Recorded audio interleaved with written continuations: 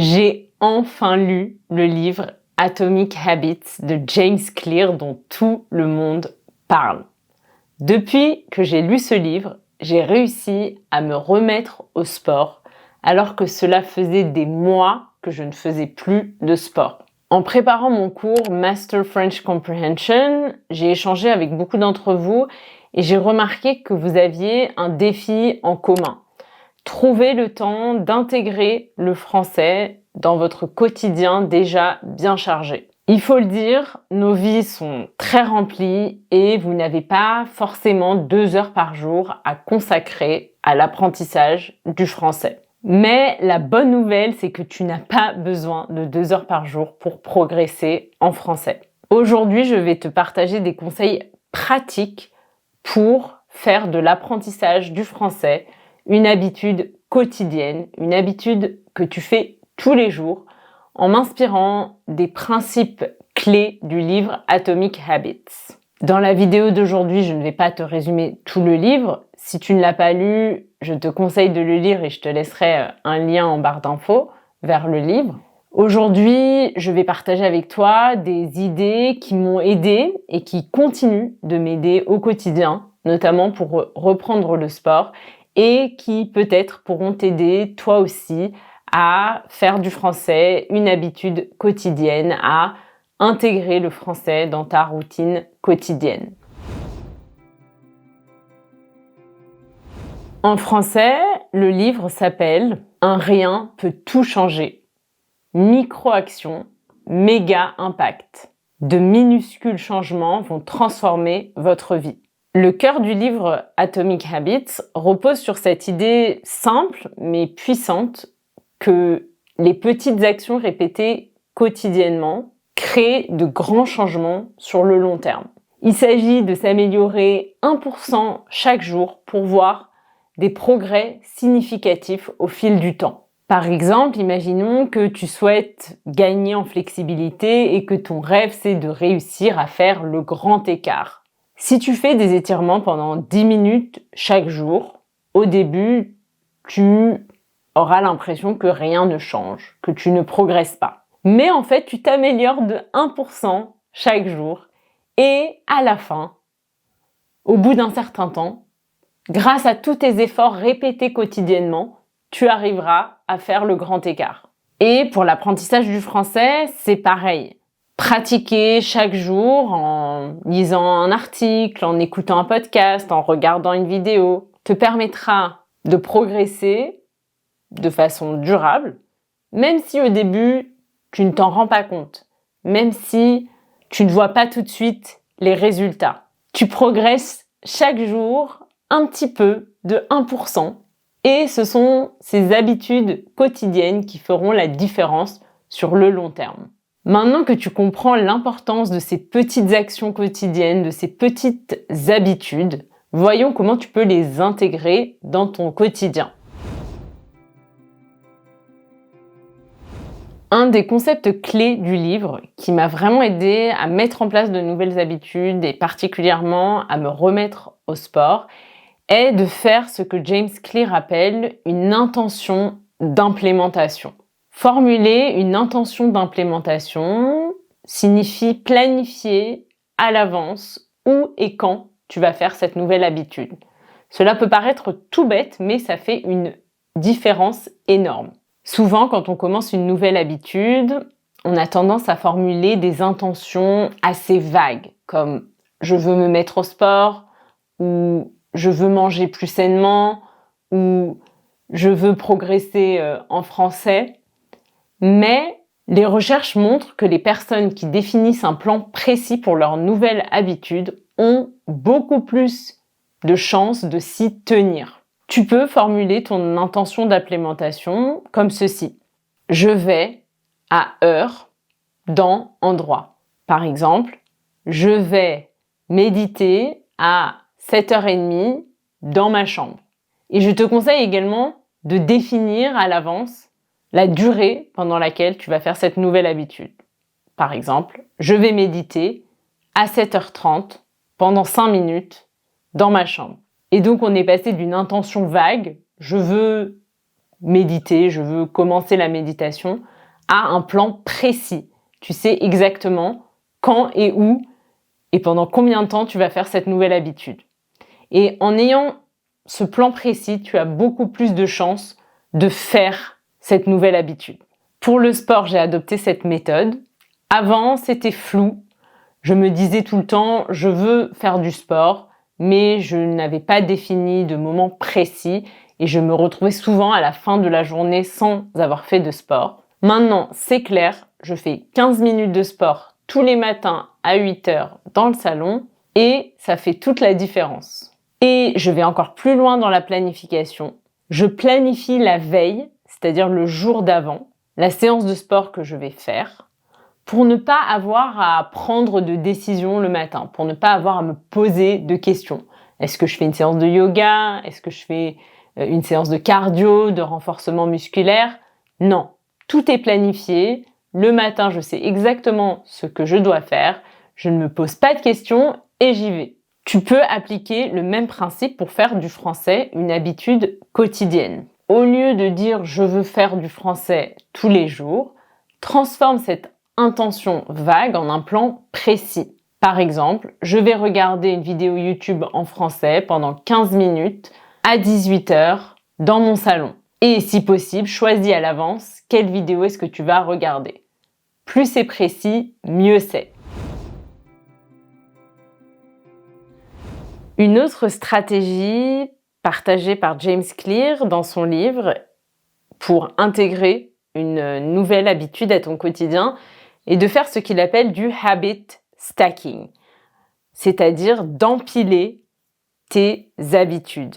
Empiler, ça veut dire faire une pile de choses, mettre des choses les unes sur les autres. Cela consiste à associer une nouvelle habitude à une action que tu fais déjà tous les jours. Pense à toutes les petites actions, toutes les petites habitudes que tu fais au quotidien, parfois de manière automatique, sans t'en rendre compte, comme te brosser les dents, prendre une douche, boire un café, manger ton petit déjeuner, t'habiller. Et utilise ces habitudes déjà existantes comme point de départ pour commencer une nouvelle habitude. Après habitude existante, je vais nouvelle habitude.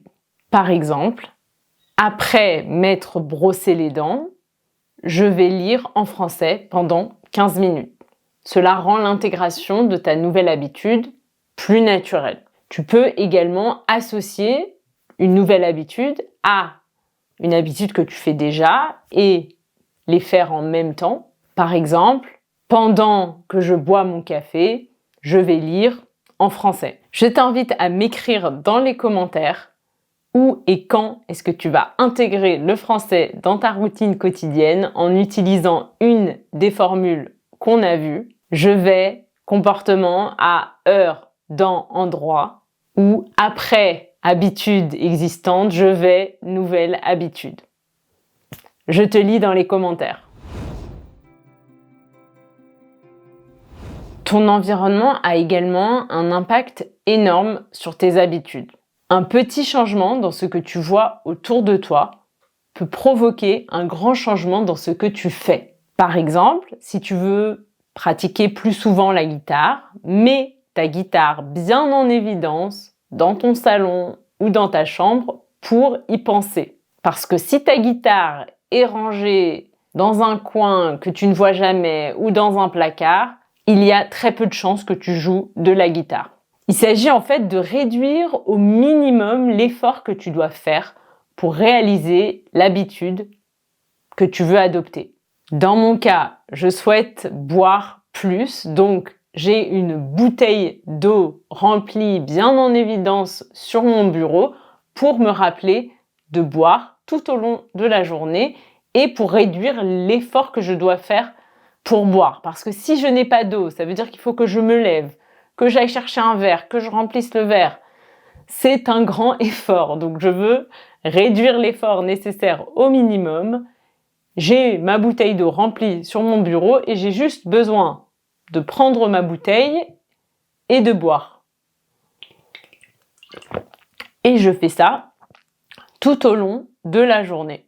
Je veux également faire de la méditation une habitude quotidienne. J'ai donc placé mon application de méditation sur l'écran d'accueil de mon téléphone.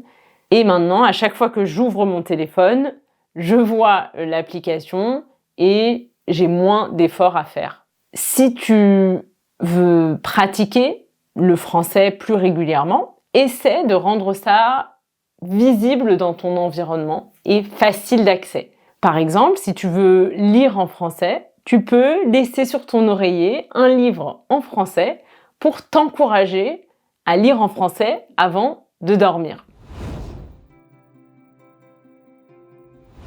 Un autre principe fondamental que j'ai appliqué pour le sport, c'est de commencer petit. Commencer par de courtes séances. Je fais 15-20 minutes par jour et c'est parfait pour moi. Ni trop long, ni trop court. Et les matins où je me réveille et j'ai pas envie de faire de sport, et il y a des matins où j'ai pas envie, je me dis bon, c'est que 15 minutes, c'est pas beaucoup, dans 15 minutes, j'ai fini, ça va passer vite.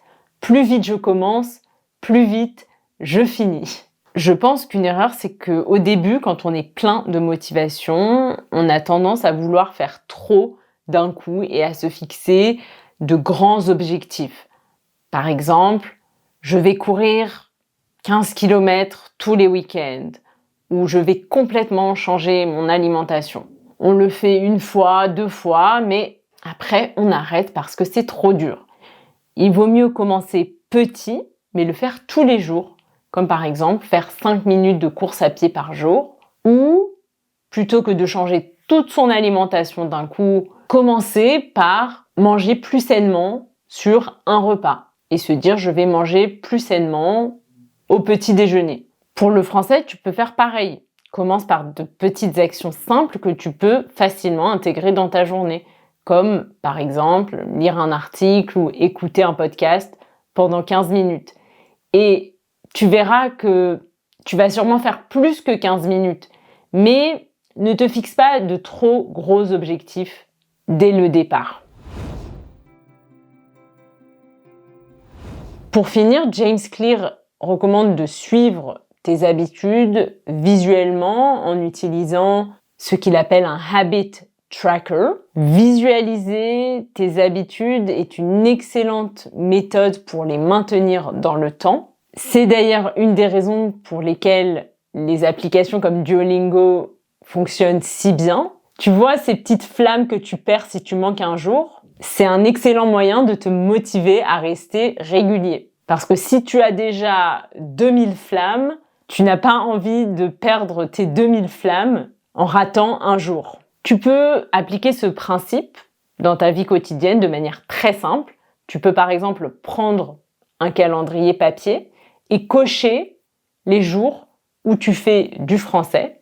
Il y a une satisfaction immédiate à cocher cette case et à voir toutes ces cases cochées sur ton calendrier, voir tous les jours où tu as pratiqué le français et ça va vraiment t'encourager à rester régulier. Et si tu rates un jour, ce n'est pas grave.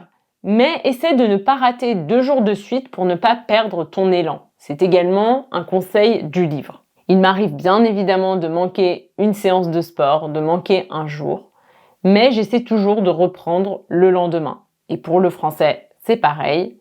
Manquer un jour, ça arrive. L'important, c'est de ne pas abandonner et d'y revenir dès que possible.